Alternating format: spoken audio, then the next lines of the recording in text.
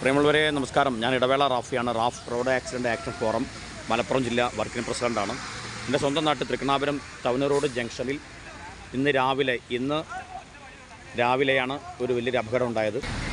June 25 തീയതി ഇന്ന് രാവിലെ ഇപ്പോൾ ഒരു 7 മണിക്കാണ് ഇത്തരത്തിൽ വലിയൊരു അപകടം ഉണ്ടായത്. രാവിലെ 6:45 മേടിനുള്ളിലാണ് സമയം. നിരന്തരം ആളുകൾ ഇരിക്കുന്ന ബസ് സ്റ്റോപ്പാണ് തൃക്കണ്ണാപുരം ടൗൺ റോഡ് ജംഗ്ഷനിൽ. വലിയ ശബ്ദത്തോടു കൂടി വലിയൊരു അക്കേശമരം കടപുഴകി വീണു. വലിയ ഭാഗ്യം കൊണ്ടാണ് എപ്പോഴും നിരന്തരം ആ ബസ് സ്റ്റോപ്പിൽ 15 ആൾ 10 ആൾ 8 ആൾ രാവിലെ നടക്കാൻ വരുന്നവരും മഴയത്ത് കയറി നിൽക്കുന്നവരൊക്കെ ആയിട്ട് ഒരുപാട് യാത്രക്കാരും ഉള്ളൊരു ബസ് സ്റ്റോപ്പാണ്. വലിയ ഭാഗ്യത്തിനാണ് വലിയൊരു ദുരന്തം ഒഴിവായതെന്ന് വേണമെങ്കിൽ പറയാം.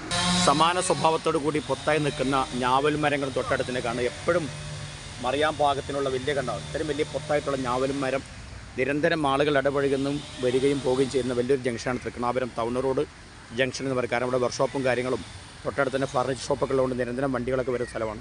ഇവിടെ കൂട്ടമായി നിൽക്കുന്ന ഞാവലും മരങ്ങളൊക്കെ ഈ നാട്ടുകാർക്ക് വലിയൊരു ഭീഷണിയായിട്ട് നിൽക്കുകയാണ്. നൂറ്റാണ്ടുകൾ പഴക്കമുള്ള മരങ്ങളാണ്. പക്ഷേ നമുക്ക് അപകട ഭീഷണിയായി നിൽക്കുമ്പോൾ മുറിക്കേണ്ട ഒരു അവസ്ഥയിലേക്ക് എത്തുകയാണ്. കണ്ടോ, ബസ് സ്റ്റോപ്പ് പാടെ തകർന്നു. നിരന്തരം ആളുകൾ ഇരിക്കുന്ന ഒരു ബസ് സ്റ്റോപ്പാണ്. വലിയ ജംഗ്ഷനാണ് തൃക്കണ്ണാപുരം ടൗൺ റോഡ് ജംഗ്ഷൻ എന്ന് പറയുന്നത്. ലിമിറ്റഡ് വണ്ടിയൊക്കെ നിർത്തുന്ന ജംഗ്ഷനുമാണ്. എന്തായാലും വലിയൊരു ദുരന്തമാണ് ഒഴിവായത്. 2024 ജൂൺ 25 തീയതിയാണ് ഇന്ന് ചൊവ്വാഴ്ചയാണ് ഞാൻ റിപ്പോർട്ട് ചെയ്യുന്നത്. ഇവിടുത്തെ ആളുകൾ പഞ്ചായത്ത് മെമ്പർ, ഇവിടുത്തെ മുഹമ്മദ് എന്ന ബാബു, ഇവിടുത്തെ 10ാം വാർഡിലെ മെമ്പർ മുഹമ്മദ് എന്ന ബാബു, മറ്റു അനുബന്ധ പ്രവർത്തകർ, പൊതുപ്രവർത്തകർ എല്ലാവരും കൂടി അപ്പോൾ തന്നെ ഫയർഫോഴ്സിനെ വിളിക്കുകയും പൊന്നാനിന്ന് ഫയർഫോഴ്സ് എത്തുകയൊക്കെ ചെയ്തു. പൊന്നാനിന്ന് ഫയർഫോഴ്സും കുറ്റിപ്പുറം പോലീസ് ആളുകളൊക്കെ എത്തി, പോലീസ് ഉദ്യോഗസ്ഥന്മാരൊക്കെ എത്തി. വണ്ടികളൊക്കെ നിയന്ത്രണ വിധേയമാക്കിയപ്പോൾ വാഹന ഗതാഗത കുരുക്ക് നേരിട്ടിരുന്നു.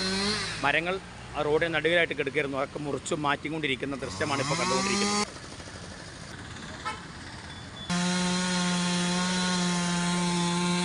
സമാനമായി അപകട ഭീഷണി മുടക്കിക്കൊണ്ടിരിക്കുന്ന 2-3 ഞാവൽ മരങ്ങളുണ്ട്. വലിയ പഴക്കമുള്ള ഞാവൽ മരങ്ങളാണ്.